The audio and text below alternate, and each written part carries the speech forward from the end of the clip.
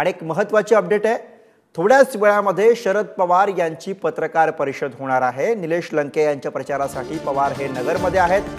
नगरमध्ये पवारांच्या सभा आणि मेळाव्याचं आयोजन करण्यात आलेलं आहे आणि त्याच पार्श्वभूमीवरती थोड्याच वेळामध्ये शरद पवार हे पत्रकार परिषद घेत आहेत। उमेर सय्यद आपले प्रतिनिधी आपल्या सोबत आहेत। उमेर, शरद पवार यांची पत्रकार परिषद होते, काय नेमका अजेंडा, काय नेमके मुद्दे या पत्रकार परिषदेचे असू शकतात?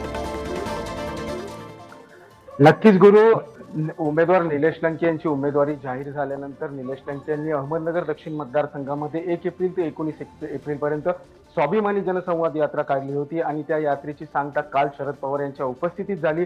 अहमदनगर शहरातून शरद पवार यांच्या उपस्थितीत भव्य रॅली काढण्यात आली होती, त्याचप्रमाणे सभा देखील घेण्यात आली होती।